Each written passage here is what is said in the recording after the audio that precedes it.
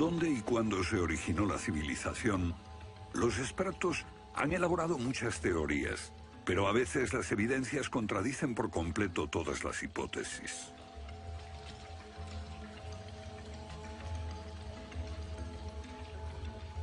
Bajo el suelo congelado de Siberia se han encontrado especies animales extinguidas por un repentino cataclismo global, como el mamut gigante. También se han descubierto mapas muy antiguos que muestran la Antártida siglos antes de que fuese descubierta.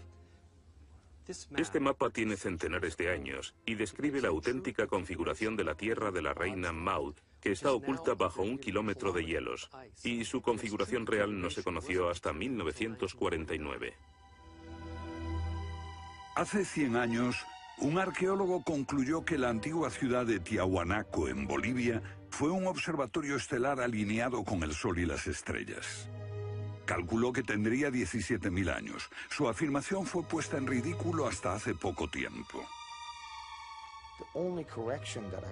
La única corrección que yo haría se debe a que ahora contamos con mejores mediciones, y sospecho que su antigüedad sería de unos 12.000 años. Tiahuanaco es la ciudad más antigua que conocemos en toda la Tierra.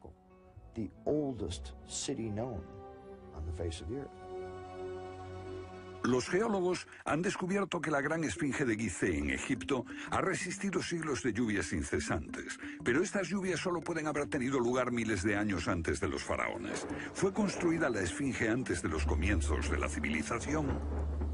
Lo que se pone en cuestión es la historia completa de la civilización. Puede que no haya ido en línea recta desde los estúpidos cavernícolas hasta los hombres tan listos de hoy con sus bombas atómicas. A veces, las pruebas que se hallan rompen todas las reglas.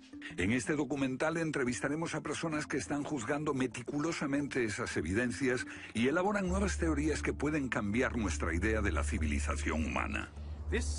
Esta enorme cara fue tallada por los antiguos olmecas de México. Se cree que tiene al menos 2000 años y es inequívocamente africana. Sin embargo, se supone que los negros no llegaron a América hasta después de Colón. En su libro De la Atlántida a la Esfinge, el escritor Colin Wilson recoge indicios de lo que él y otros creen que son los rastros de una avanzada cultura anterior al comienzo de la historia.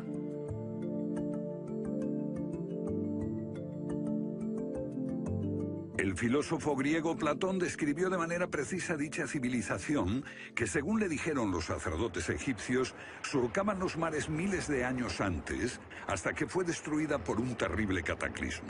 Platón la llamó Atlántida.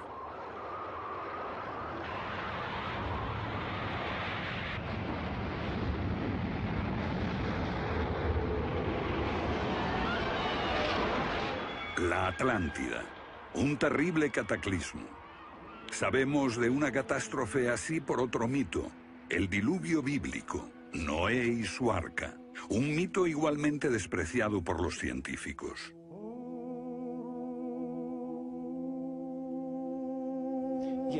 Cuando rechazan el diluvio bíblico y a Noé y el arca como una fábula, los científicos están ignorando el hecho de que hay cientos de mitos de diluvios en todas las culturas, aparte de las narraciones de Mesopotamia y de los hebreos, que dicen lo mismo sobre un desastre planetario que virtualmente borró al género humano antes del comienzo de la historia conocida.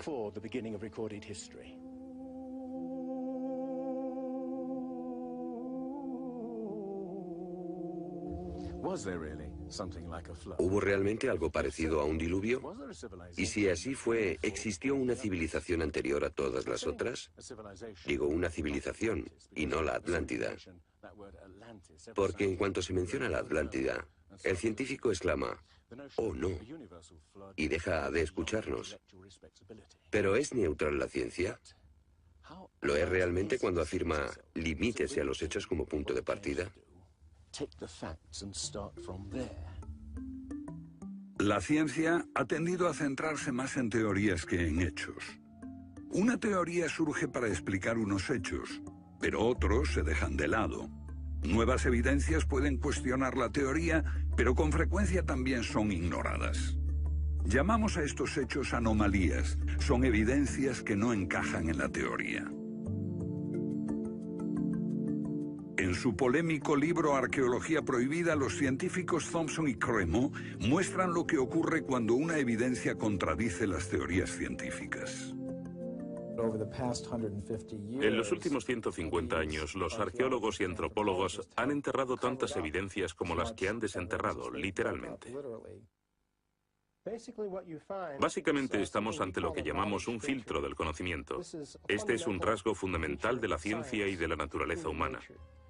La gente tiende a filtrar cosas que no convienen. Cuando los científicos ven que algo no se ajusta al paradigma aceptado, tienden a eliminarlo. No se enseña, no se discute, y la gente ni siquiera se entera de ello.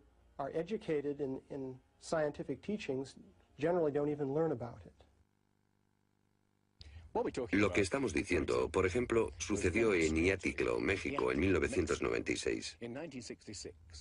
Cuando la arqueóloga Janestine McIntyre amenazó con echar abajo la teoría convencional de que el ser humano es relativamente nuevo en la Tierra, que llegó a Siberia hace unos 30.000 años y en América hace unos 20.000 años.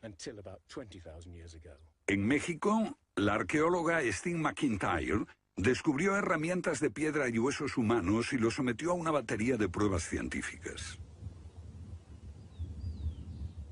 En 1966 pensamos que era un yacimiento antiguo y creímos que tendría unos 20.000 años. En aquella época se pensó que era demasiado tiempo. Cuando lo datamos mediante una batería de métodos supimos que tenía 250.000 años.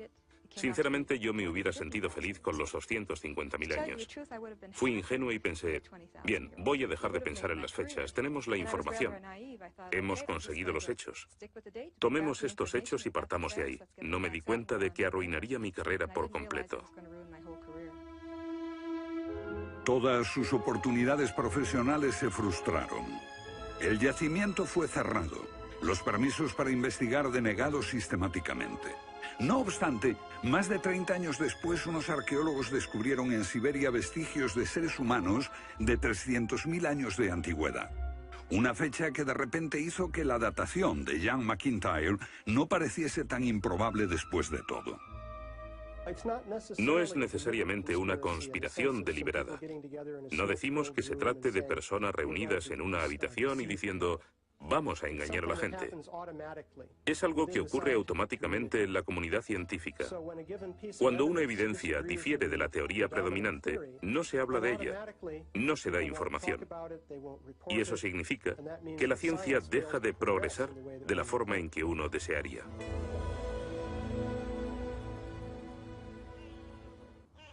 ¿La ciencia está pasando por alto evidencias de un pasado que hemos olvidado? ¿Pueden ser ciertos los mitos que nos hablan de la existencia en este planeta de civilizaciones que desaparecieron miles de años antes de que comenzase la historia registrada? Una nueva clase de investigadores está estudiando las anomalías que la ciencia tiende a descartar. Se plantean preguntas que pueden cambiar nuestro concepto sobre la historia humana. La fortaleza inca de Sacsayhuamán, de edad indeterminable y construida por gente que carecía de metales duros o de cemento, que no conocían la polea, ni la rueda, ni la grúa. Solo miren esta piedra. He contado 11 ángulos. Debe pesar más que 200 coches juntos y revela la increíble habilidad de la gente que la hizo. Y también algo más. Una capacidad asombrosa para manipular objetos de este tamaño. ¿Cómo diablos las levantaban? Bolivia. Las misteriosas ruinas de Tiahuanaco. La misma habilidad manual, una capacidad de construcción que resulta inexplicable. Las piedras están perfectamente ensambladas. Intentemos insertar una aguja en cualquier punto de las junturas. La aguja no entra.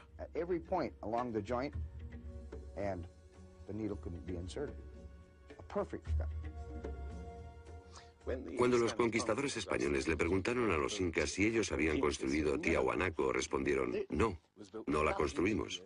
se hizo miles de años antes de que viviéramos nosotros. La evidencia muestra que fue erigida por una civilización avanzada. Un descubrimiento casual nos lo revela. Los bloques de construcción de Tiahuanaco no están pegados con cemento.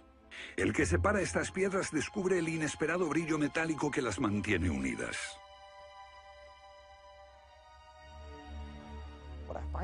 Lo que encuentro asombroso es que para trasladarlas a cada uno de los lugares donde empleaban este material, ellos tenían que contar con una especie de planta de fundición móvil para licuar el metal. Y aquí hay un uso similar de tornillos metálicos y piedras finamente unidas, como esta en forma de L. Pero estamos en otro continente. África, Egipto, la tierra de las pirámides. Las 3 pirámides de Gizeh, una maravilla del mundo antiguo. Otro pueblo que no conocía la rueda, ni la polea, ni la grúa. ¿Cómo podían transportar bloques de 100 toneladas? Su tecnología no se puede explicar ni imitar. Soy ingeniero y puedo decirles que levantar bloques de este tamaño, de este peso, requiere una grúa especial. Una gente que carecía de tales grúas, o de una simple polea, o una rueda, empleando herramientas de cobre, ¿cómo pudieron hacerlo? Bobal cree que la Gran Pirámide de Gizeh era mucho más que una tumba y que revela un sorprendente nivel tecnológico. En su libro Guardián del Génesis, Robert Bobal y Graham Hancock enumeran muchas hazañas inexplicables. Chris Dunn, experto en perforaciones. Bueno, permítanme una pregunta. ¿Cómo cree que lo hicieron? El sarcófago de la Cámara del Rey. ¿Cómo lograron unos constructores primitivos que la superficie interior encajase con la superficie de la piedra del sarcófago al milímetro? Esta habilidad requiere profundos conocimientos de física. Es un misterio como la perforación misma. Primitivamente, la típica manera de hacerlo sería con una sierra de arco, un berbiquí. Introducirían la herramienta en la pieza usando arena o un diamante, pero pienso que eso supondría mucho tiempo, muchos años para hacerlo.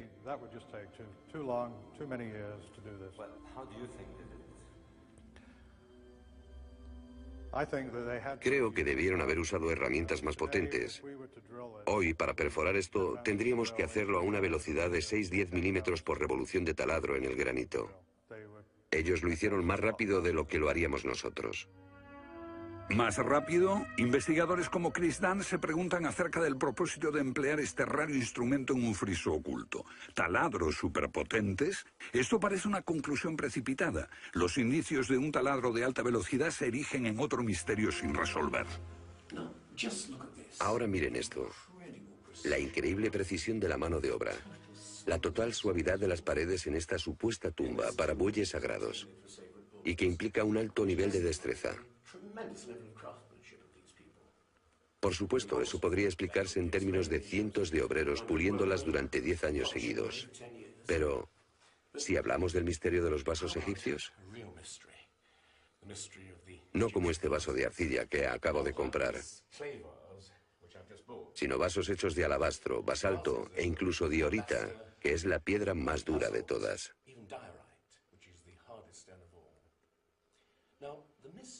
Es bastante fácil ver cómo se podría ahuecar taladrando directamente hacia adentro. Pero, ¿qué pasa con los ángulos? La tecnología moderna es incapaz de hacerlo. Sin embargo, los antiguos egipcios moldeaban miles de piezas. Algunas de ellas 2000 años antes de la civilización que se supone surgió aquí. ¿Cómo? Otro misterio sin explicar. Inexplicable. ¿Cómo pudieron los constructores alinear sus gigantescas pirámides con los puntos cardinales tan impecablemente? En perfecta dirección este-oeste y norte-sur, con una exactitud no igualada por los modernos constructores. La Gran Pirámide parece ser un modelo matemático del hemisferio norte e incorpora el trascendental valor de pi, las veces que cabe el diámetro de un círculo en su circunferencia.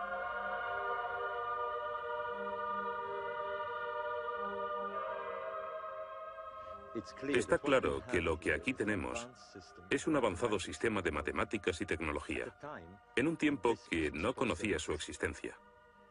Para lograr estos resultados, los antiguos constructores tenían que usar un eclímetro de 52 grados. Cualquiera otro no valdría. Pero no solo los egipcios conocían el valor pi. Ese valor también está representado en la pendiente de esta pirámide y en el extraño ángulo que le dieron sus constructores, en Teotihuacán, México, el lugar que los indios llamaban Ciudad de los Dioses.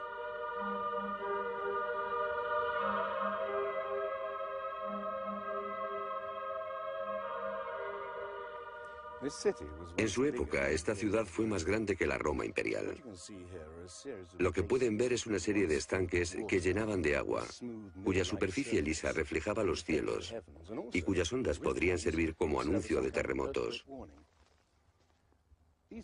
Estos templos, en el lado opuesto, se cree que representan cuerpos celestiales. Una cosa está clara: todo el lugar parece tener una especie de obsesión con la astronomía y la eternidad. En los equinoccios, el 21 de marzo y el 21 de septiembre, estas pirámides proyectan sombras gigantes, lo que las convierte en un perfecto reloj para la medición del tiempo.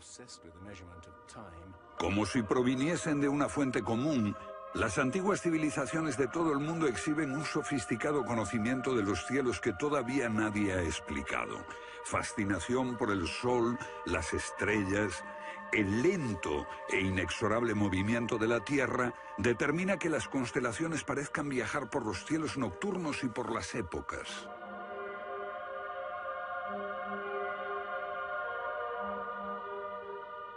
Según los estudiosos, los antiguos egipcios no tenían un gran conocimiento de la astronomía. Pero en el templo de Dendera hay muestras de su sofisticado conocimiento del cielo.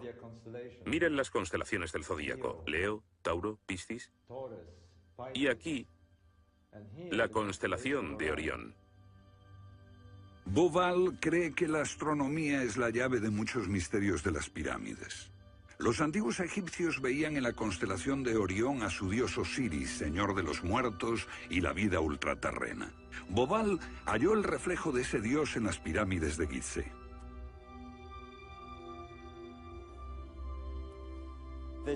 Esto es realmente un misterio. Pequeños canales de ventilación orientados hacia arriba. Para los egiptólogos no eran más que canales de ventilación, pero los astrónomos piensan distinto. Para el antiguo Egipto esto fue Rostau, la entrada al reino subterráneo, el reino del dios Osiris u Orión. Para los antiguos egipcios, Orión era Osiris, el gran dios de la resurrección. Esto es una reconstrucción del cielo en el año 2500 a.C., y fue sorprendente descubrirlo. Los canales apuntan a Orión y a la estrella Sirio, que era Isis, la esposa de Osiris. En textos antiguos, Bauval descubrió que deben de haberle servido una ceremonia secreta para la resurrección de los faraones muertos, que renacían como estrellas en la constelación de Orión. Uno de esos textos dice: «Oh rey, permite que atraviese el serpenteante canal, la Vía Láctea, hasta el punto donde está Orión». Bauval cree que Osiris tenía tal importancia que los constructores emplazaron las 3 pirámides de Gizeh para que fueran un reflejo terrestre de las 3 estrellas del cinturón de Orión. Esa correlación fue solo el comienzo. Bauval descubrió que los antiguos habían dado nombre de estrellas a otras 2 pirámides próximas. Esto le hizo entrever un plan más amplio y quedó perplejo. La constelación de Orión, el dios Osiris, estaba en el cielo y en la tierra.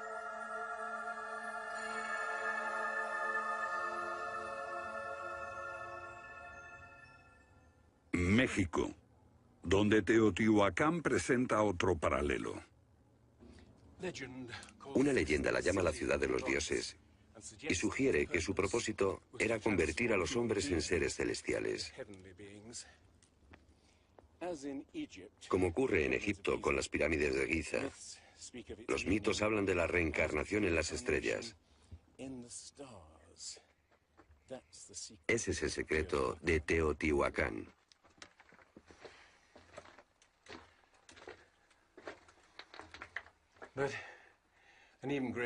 Pero esta pirámide presenta otro enigma mayor. Cuando se excavó por primera vez en 1906, se halló una enorme capa de mica. Ahora sabemos que la mica se usa como aislamiento eléctrico.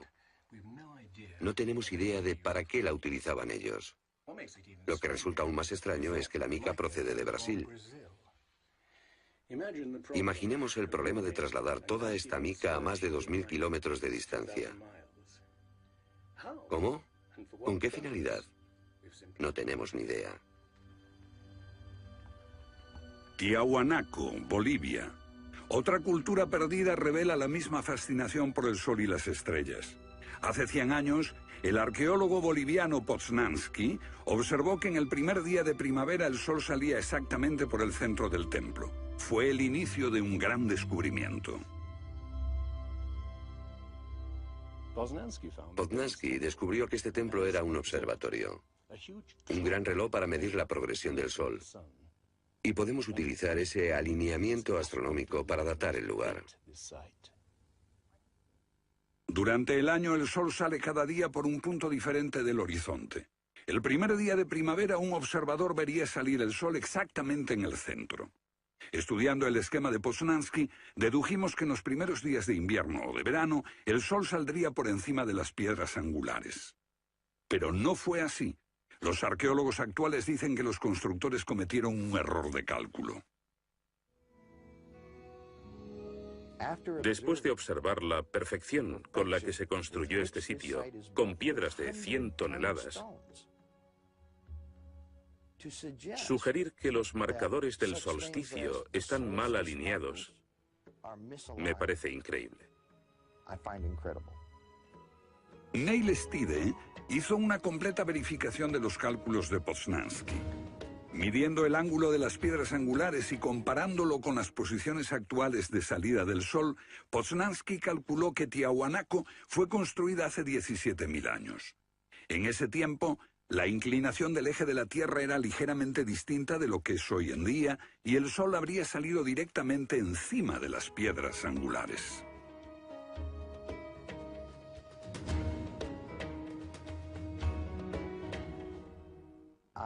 Yo sospecho que la fecha sería más bien de 12.000 años. Pero eso haría que todos nos cuestionásemos completamente los orígenes de la civilización. Una civilización perdida en el tiempo dejó sus huellas en varios lugares del mundo. Los sacerdotes egipcios dijeron al filósofo griego Platón que una civilización así habría existido hace 12.000 años. Pero según la ciencia, el ser humano abandonó la prehistoria hace solo 5.000 años. En Egipto, el investigador John West descubrió que la esfinge de Gizeh no resultó alterada por el clima de la misma forma que las construcciones del entorno, erosionadas por la arena y los vientos del desierto. En vez de un desgaste horizontal, la esfinge tiene marcas de erosión redondeadas y onduladas. No se necesita ser geólogo para mirar y ver lo que se debe al tipo de clima. Solo el agua cayendo copiosamente sobre las paredes del recinto pudo producir esos contornos redondeados.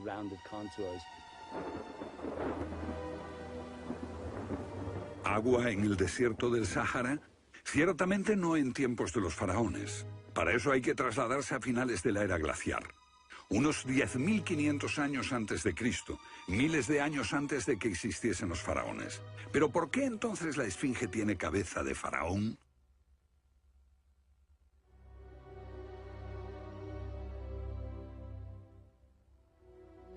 La cabeza es desproporcionadamente pequeña.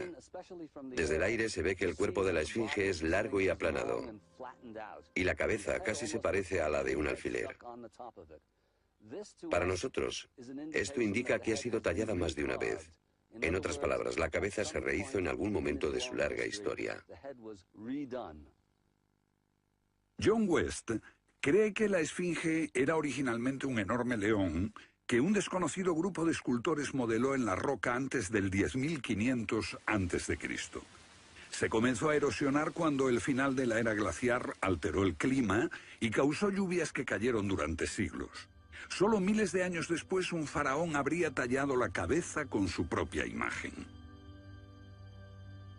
¿Tiene la esfinge más del doble de la antigüedad que creíamos? La teoría fue ridiculizada por los egiptólogos, pero los geólogos les respondieron que los hechos estaban allí. Más extraño aún, según Robert Bauval, la evidencia astronómica sugiere que las pirámides de Gizeh parecen revelar esa increíble antigüedad. La disposición de Gizeh coincidía misteriosamente con la posición de Orión en el año 10.500 a.C., cuando la esfinge miraba hacia Leo, su propia imagen en los cielos. La puesta de Orión en esa fecha distante se correspondía exactamente con las tres pequeñas pirámides, y existen muchos otros hechos difíciles de entender.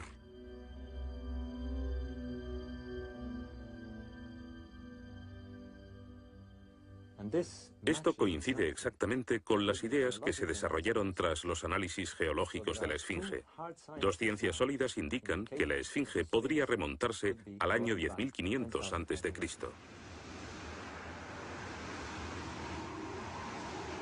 Egipto sufrió unos cambios muy dramáticos a finales del período glaciar, especialmente en torno al 10.500 a.C., cuando unas impresionantes inundaciones cubrieron el terreno de aluvión y acabaron con el valle del Nilo y con el delta en general.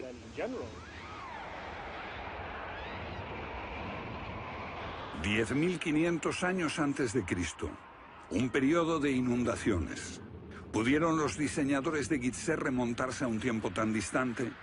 El tiempo de sus mitos dice que el dios Osiris y sus asistentes ascendieron del caos para traer los primeros frutos de la civilización. ¿De dónde vinieron?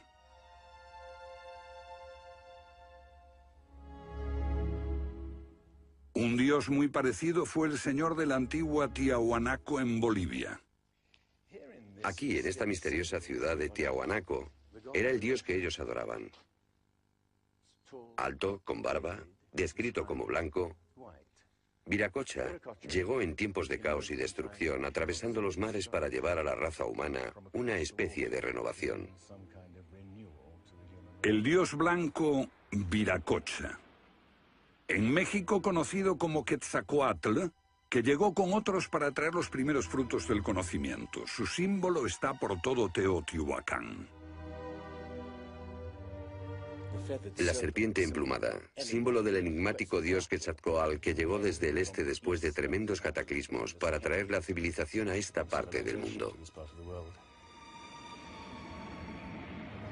¿Pudieron dioses como Osiris, Viracocha y Quetzalcóatl haber sido personas reales que llegaron de muy lejos? ¿Eran supervivientes de un cataclismo que destruyó sus hogares y su civilización? Ahora la pregunta que nos hacemos es esta. ¿Existió una remota civilización, hasta ahora sin identificar, que llegó a Egipto, México y Sudamérica? ¿Y que dejó su impronta en un cuerpo de conocimientos, por difícil que sea de discernir? Tomados por separado, acepto que los datos aislados revelan poco, pero consideremos juntos todos esos elementos comunes. Ambos lugares tienen enormes pirámides, alineadas exactamente con los puntos cardinales, e incorporan avanzados conocimientos matemáticos. Ambas culturas demostraban un asombroso conocimiento de astronomía, expresado en los grandes monumentos sagrados que erigieron. Aunque no conocían ni la polea ni la rueda, ambas pudieron hacer construcciones con enormes piedras finalmente ensambladas en un estilo único, con ángulos en forma de L y tornillos de metal. Y ambas utilizaron el proceso de la momificación para preservar y honrar a sus muertos. Aquí se halló una nueva y asombrosa pista cuando la doctora Balabanova, de la Universidad Alemana de Ulm, descubrió que muchas momias de Egipto contenían cocaína y nicotina, naturales de Sudamérica. Tengo una cantidad de cartas insultantes. Dicen que todo esto no tenía sentido, que yo fantaseaba, que era imposible porque estaba comprobado que antes de Colón esas plantas no existían en ninguna parte del mundo, excepto en América. Pero su investigación se repitió con cientos de momias y no quedó lugar a dudas. En un pasado remoto, unos navegantes atravesaron el mar e influyeron en las culturas a ambos lados del Atlántico. La idea está sugerida incluso por lo que no está allí. México, la antigua cultura de los mayas. Los sacerdotes mayas tenían tablas para predecir los eclipses de sol y de luna. Pero hay algo muy extraño. No conocieron nunca el simple principio de la rueda. Podían visualizar la eternidad pensando en millones de años, pero jamás aprendieron a pesar un saco de grano. Esta compleja civilización murió finalmente porque no supo desarrollar métodos de agricultura para alimentarse. Lo que estoy sugiriendo es... ¿puede que ellos heredaran una parte específica de su conocimiento de una civilización anterior, mucho más sabia? Un contacto. A veces la evidencia está ahí para que la veamos todos. Los antiguos olmecas en México pusieron a sus soberanos caras africanas. ¿Qué les parece esta? Tallada por esos mismos olmecas. Es genéticamente imposible que un indio tenga barba, pero aquí está la cara de un blanco caucasiano, esculpida 2000 años antes de que los españoles llegaran al Nuevo Mundo.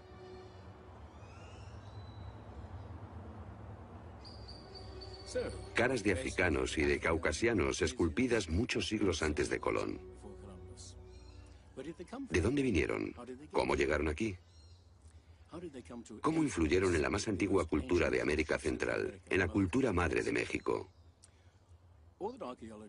Lo que todos los arqueólogos saben es que de pronto se materializaron alrededor del 1500 a.C. Esta gente, cuya expresión característica era la de esculpir enormes caras de piedra, cabezas de caucasianos y africanos que parecen haber salido, no se sabe de dónde.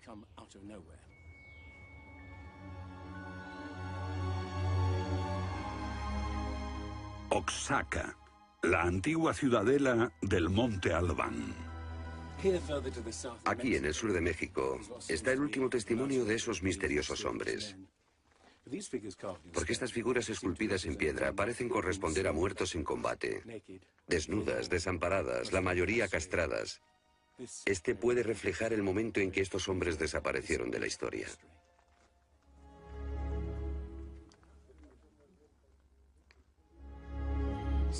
Entonces, ¿hubo una compleja civilización de navegantes que cruzó el Atlántico siglos antes de Colón?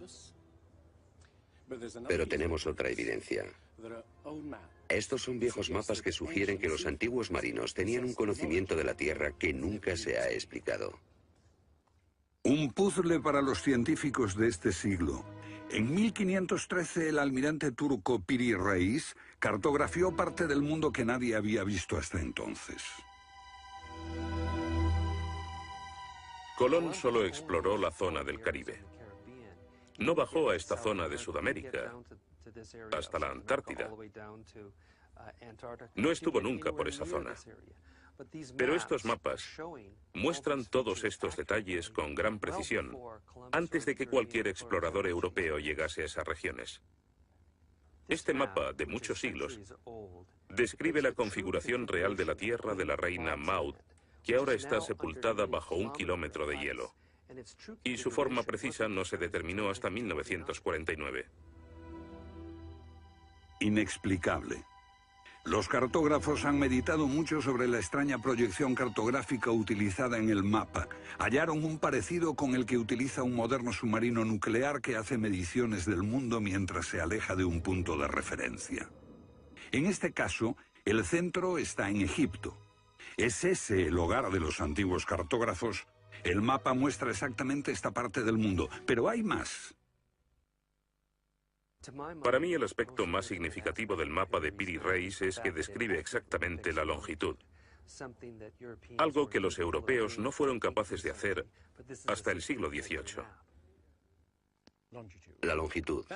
Esa historia comenzó en estas playas en 1707, cuando la flota inglesa navegaba por el Mediterráneo hacia Inglaterra.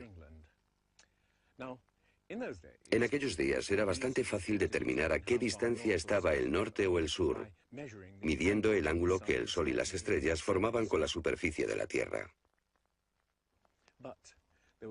Pero no había técnicas para determinar lo lejos que estaba el este o el oeste. ¿Longitud? El almirante Sir Cloudesley Shuffle se enfureció cuando un marinero del oeste del país le dijo que estaba alejándose unas 20 millas del este y era probable que la flota naufragase en la costa. Cuando sus oficiales le dijeron que el rumbo era correcto, mandó ahorcar al marinero por insubordinación. En sus últimos momentos debió haber deseado no haberlo hecho. Los barcos se habían hundido antes por millares. Pero entonces la pérdida de una flota entera promovió la búsqueda de un reloj preciso para calcular la longitud. Tuvieron que pasar 2 generaciones antes de que finalmente se consiguiese. No obstante, el mapa de Piri Reis ya mostraba un conocimiento de la longitud al menos 250 años antes. En el mapa de Piri Reis se menciona el hecho de que se trate de una recopilación de muchas otras cartografías. Son copias de copias de copias. La mayoría de quienes los han estudiado creen que esos mapas proceden de los tiempos de Alejandro Magno, pero son incluso mucho más antiguos. Mapas del mundo confeccionados antes de que supiésemos navegar por los océanos. Técnicas de construcción inexplicables, un complejo conocimiento de las matemáticas y la astronomía. Si existió una tecnología tan avanzada capaz de dar sus conocimientos a los constructores de la Esfinge y a los pueblos de los Andes y México, ¿qué pasó con ella?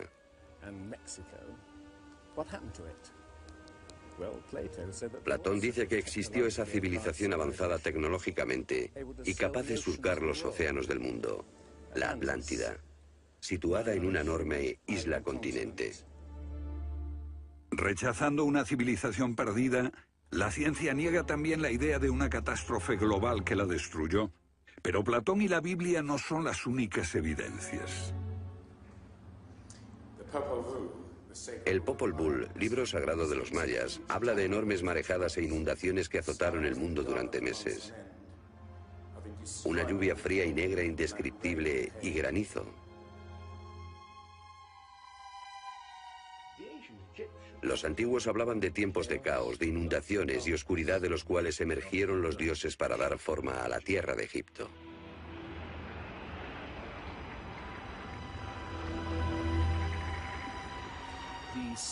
El disco solar de los aztecas se refiere a 4 ciclos de destrucción: por inundaciones, por fuego, por viento y por sangre y guerra. Y prevé el fin del mundo por un enorme cataclismo surgido de las entrañas de la tierra.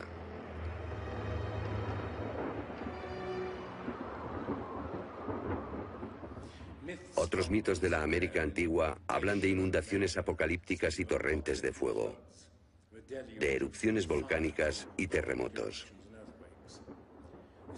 Un pasado que no podemos recordar ni olvidar.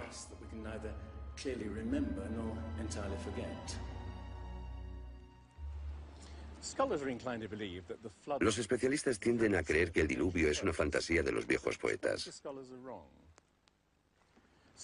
Pero supongamos que los expertos se equivocan.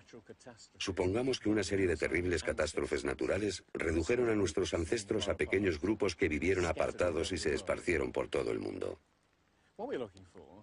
Lo que buscamos es una época que coincida perfectamente con los mitos.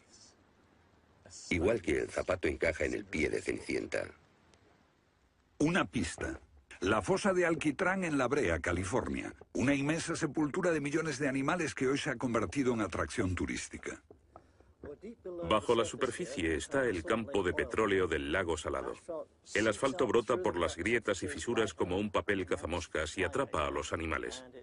Y encontramos aquí una increíble colección de especies atrapadas en los últimos 40.000 años.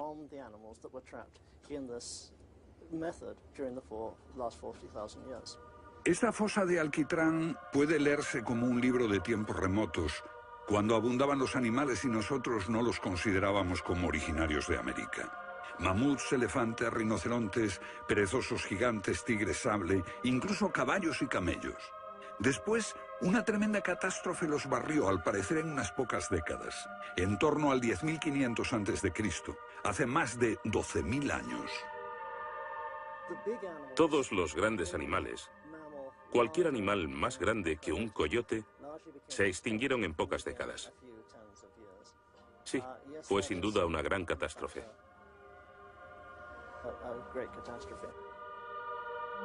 Un registro de la catástrofe. El fin de la era glaciar. En el 10.500 a.C., hace más de 12.000 años. Temperaturas que habían permanecido relativamente estables durante miles de años de pronto se elevaron. Un aumento de temperatura de más de 5 grados en un abrir y cerrar de ojos. Solo entre 3 a 10 años. Se trata del asombroso descubrimiento de unos científicos que perforaron la capa de hielo en Groenlandia para investigar los cambios en la atmósfera. El hielo de Groenlandia ha sido llamado por algunas personas la piedra roseta del clima, porque ver que el clima puede cambiar tan rápidamente es un enorme descubrimiento.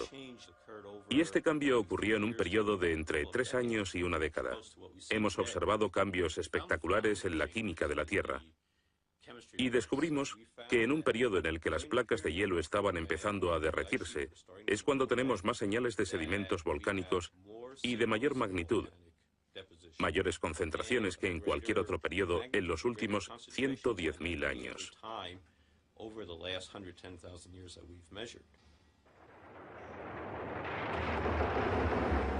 Un surgimiento de volcanes nunca visto, acompañado por desórdenes atmosféricos y gigantescas inundaciones. Porque mientras las placas de hielo de más de 1 kilómetro de espesor se derretían en pocos años, el nivel de los mares aumentaba dramáticamente. De repente, los mares ocuparon lo que había sido suelo seco. Se podía caminar desde Gran Bretaña a Escandinavia antes de que una revolución climática diese forma al Mar del Norte. Fue un periodo en que las grandes inundaciones cubrieron las llanuras de América del Norte, y por eso es que se encuentran esqueletos de ballenas en Michigan. Un tiempo de cataclismos a finales de la era glaciar, que puede coincidir con los mitos. Solo en el Nuevo Mundo se extinguieron alrededor de 70 especies de grandes animales.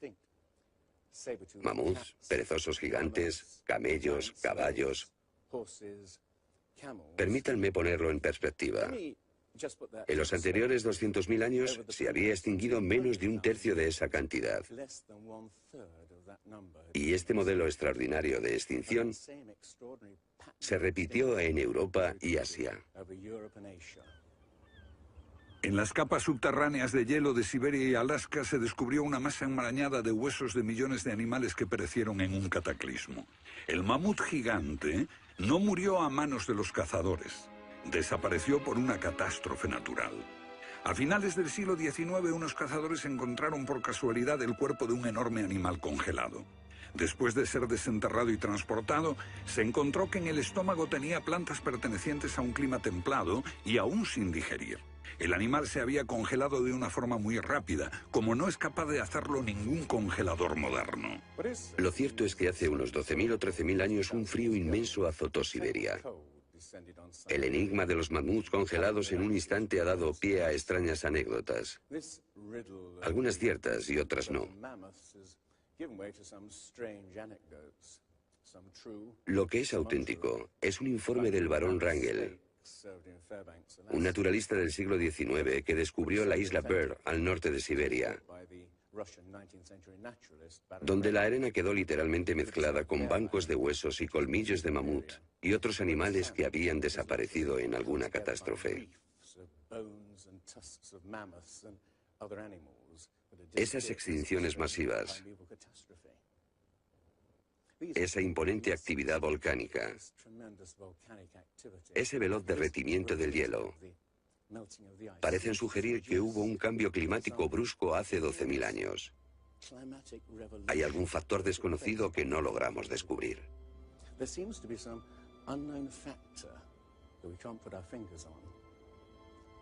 El fin de la era glaciar. ¿Qué provocó esa revolución? He aquí la gran cuestión. ¿Qué causó el cataclismo? Una de las mejores ideas la ha planteado Charles Hartwood, Él sugiere un desplazamiento repentino de la corteza terrestre.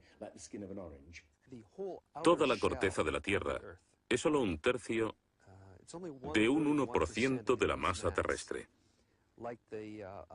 Como la piel de una naranja, si se suelta, se mueve. Más fina que una cáscara de huevo, la corteza de la Tierra queda apoyada en un interior líquido. La teoría imperante sobre la corteza terrestre es la de las placas tectónicas. Los continentes se separan lentamente durante cientos de millones de años, aunque la ciencia rechazó esa teoría durante más de medio siglo.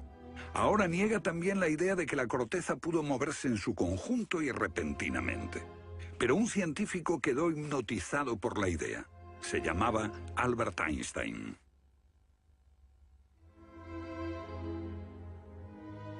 Esto es un resumen de lo que dijo. Cuando me encontré con el trabajo de Hapgood, quedé conmocionado. Se trataba de una idea simple, pero que podría explicar una serie enorme de problemas. Hapgood tenía esa teoría.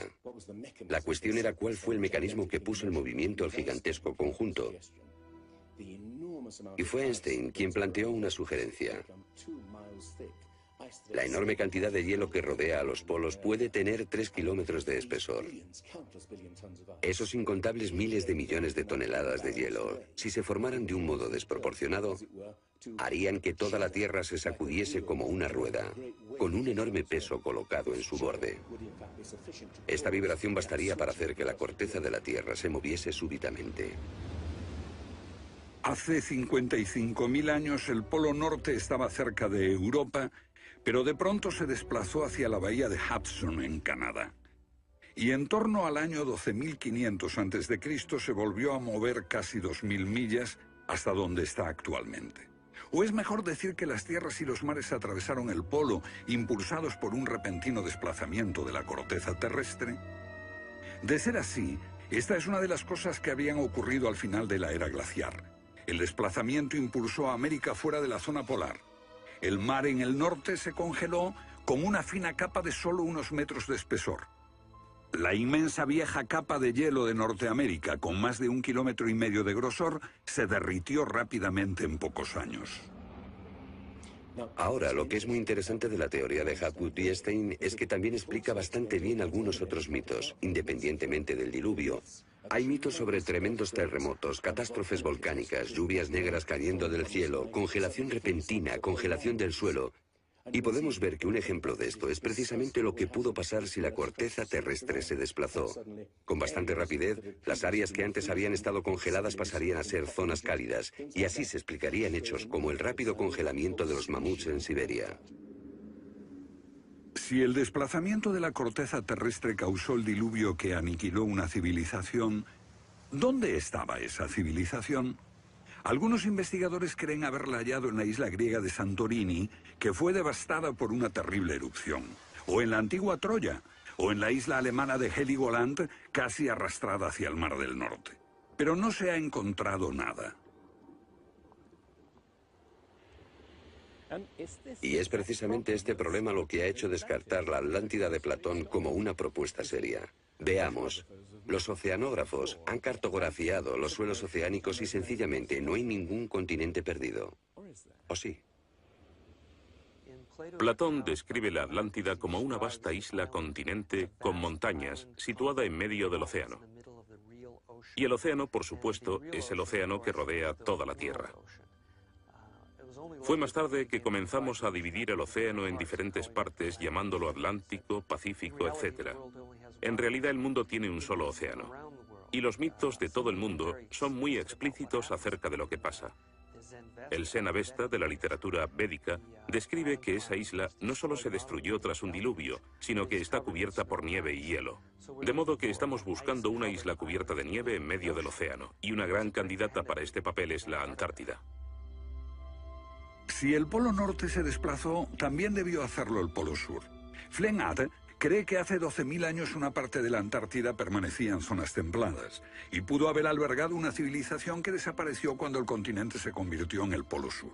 Esa es la explicación que él encuentra en los mapas que muestran partes de la Antártida que están debajo del hielo. El almirante turco Piri Reis demuestra un conocimiento de la Antártida que no debería de tener.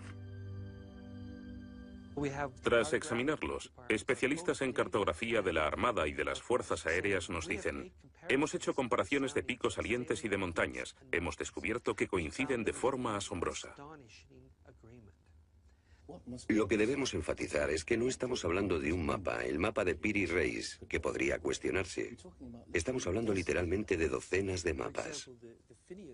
Por ejemplo, el mapa Phineus de la Antártida es sumamente preciso en cuanto a la configuración, mostrando sistemas fluviales que existieron allí, pero que no se conocían en el siglo XVI. La Antártida no fue descubierta hasta cerca del año 1800. Entonces, ¿cómo pudieron los cartógrafos europeos representarla? Solo, cree Flenard, si ellos la copiaron de copias de otras copias de mapas que se remontan milenios atrás. Hace solo unos 25 años supimos que bajo la capa de la Antártida existían unas islas, un continente bajo un océano helado. Sin embargo, esa información ya estaba aquí, en este mapa. Estas islas de aquí corresponden a este área, y el modelo de nevadas aquí es muy intenso. Nada aquí. Estas islas debajo de este punto se podrían haber unido entre ellas antes de unirse a la tierra firme.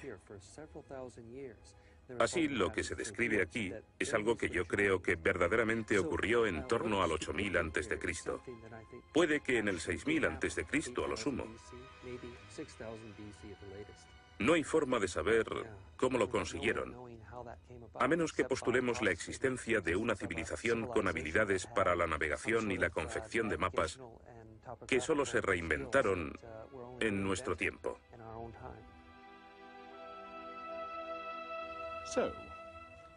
¿Fueron los comienzos de la civilización humana más remotos de lo que suponíamos?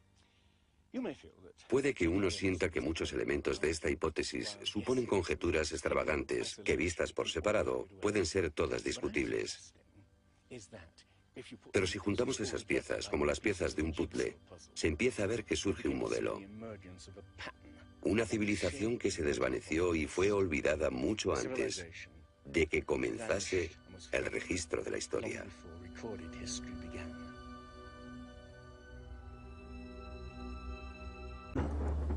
Lo que se pone en cuestión es la historia completa de la civilización. Puede que no haya ido en línea recta desde los estúpidos cavernícolas hasta los hombres tan listos de hoy con sus bombas atómicas.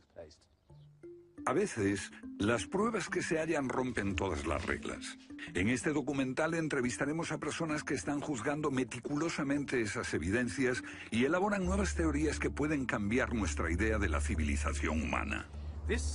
Esta enorme cara fue tallada por los antiguos olmecas de México. Se cree que tiene al menos 2000 años y es inequívocamente africana. Sin embargo, se supone que los negros no llegaron a América hasta después de Colón.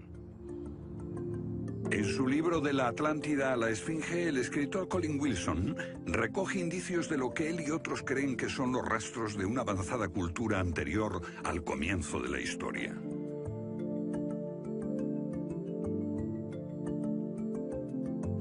El filósofo griego Platón describió de manera precisa dicha civilización que, según le dijeron los sacerdotes egipcios, surcaban los mares miles de años antes, hasta que fue destruida por un terrible cataclismo. Platón la llamó Atlántida.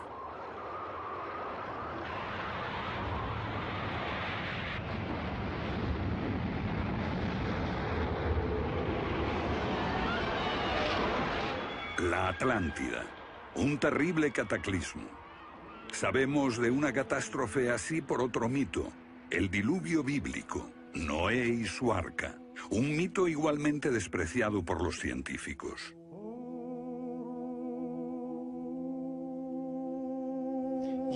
Cuando rechazan el diluvio bíblico y a Noé y el arca como una fábula, los científicos... Hable después de todo. No es necesariamente una conspiración deliberada. No decimos que se trate de personas reunidas en una habitación y diciendo: vamos a engañar a la gente. Es algo que ocurre automáticamente en la comunidad científica. Cuando una evidencia difiere de la teoría predominante, no se habla de ella, no se da información. Y eso significa que la ciencia deja de progresar de la forma en que uno desearía.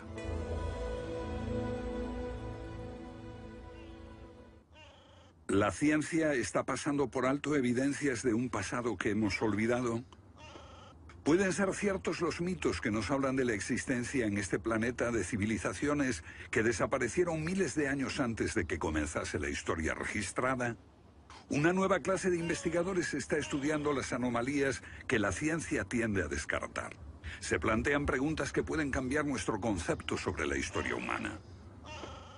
La fortaleza inca de Sacsayhuamán, de edad indeterminable y construida por gente que carecía de metales duros o de cemento, que no conocían la polea, ni la rueda, ni la grúa.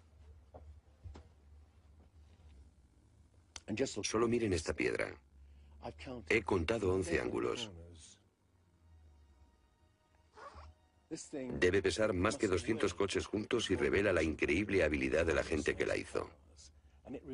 Y también algo más. Una capacidad asombrosa para manipular objetos de este tamaño. ¿Cómo diablos las levantaban?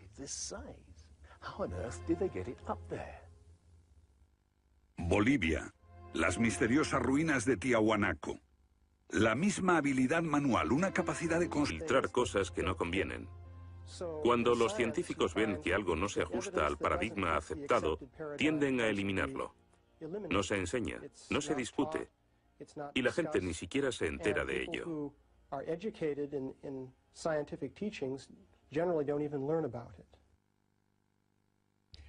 Lo que estamos diciendo, por ejemplo, sucedió en Iaticlo, México, en 1996. Cuando la arqueóloga Janestine McIntyre amenazó con echar abajo la teoría convencional de que el ser humano es relativamente nuevo en la Tierra, que llegó a Siberia hace unos 30.000 años y en América hace unos 20.000 años. En México, la arqueóloga Stine McIntyre descubrió herramientas de piedra y huesos humanos y los sometió a una batería de pruebas científicas. En 1966 pensamos que era un yacimiento antiguo y creímos que tendría unos 20.000 años. En aquella época se pensó que era demasiado tiempo. Cuando lo datamos mediante una batería de métodos supimos que tenía 250.000 años. Sinceramente yo me hubiera sentido feliz con los 250.000 años. Fui ingenuo y pensé, bien, voy a dejar de pensar en las fechas. Tenemos la información. Hemos conseguido los hechos. Tomemos estos hechos y partamos de ahí. No me di cuenta de que arruinaría mi carrera por completo. Todas sus oportunidades profesionales se frustraron. El yacimiento fue cerrado. Los permisos para investigar denegados sistemáticamente. No obstante, más de 30 años después, unos arqueólogos descubrieron en Siberia vestigios de seres humanos de 300.000 años de antigüedad. Una fecha que de repente hizo que la datación de Jan McIntyre no pareciese tan improbable. Los científicos están ignorando el hecho de que hay cientos de mitos de diluvios en todas las culturas, aparte de las narraciones de Mesopotamia y de los hebreos, que dicen lo mismo sobre un desastre planetario que virtualmente borró al género humano antes del comienzo de la historia conocida.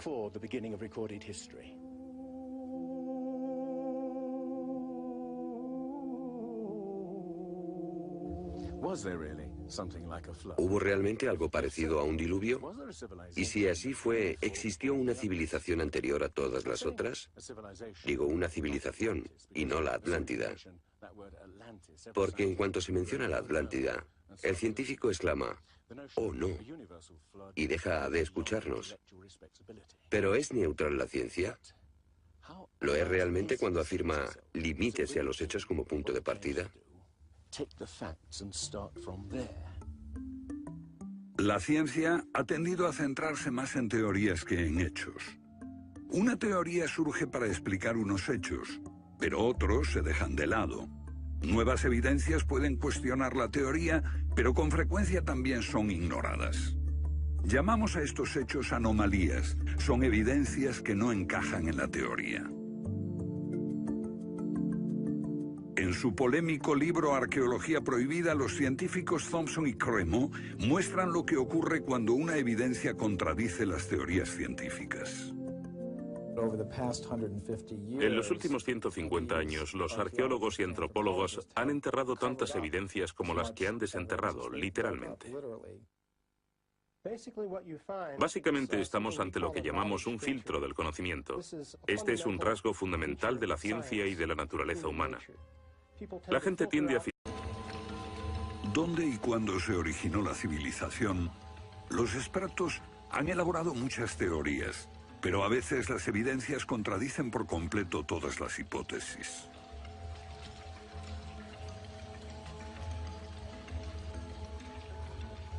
Bajo el suelo congelado de Siberia se han encontrado especies animales extinguidas por un repentino cataclismo global,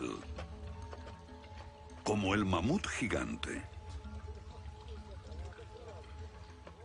También se han descubierto mapas muy antiguos que muestran la Antártida siglos antes de que fuese descubierta.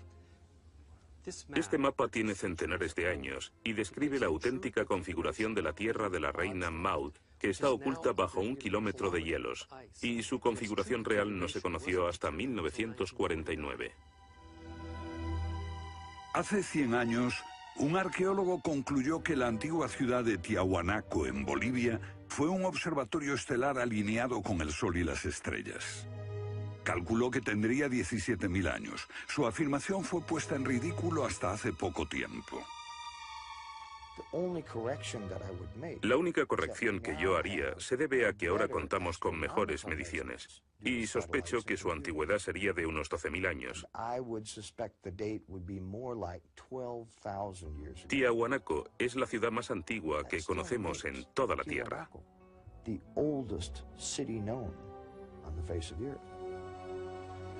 Los geólogos han descubierto que la gran esfinge de Gizeh en Egipto ha resistido siglos de lluvias incesantes, pero estas lluvias solo pueden haber tenido lugar miles de años antes de los faraones. Fue construida la esfinge antes de los comienzos de la civilización.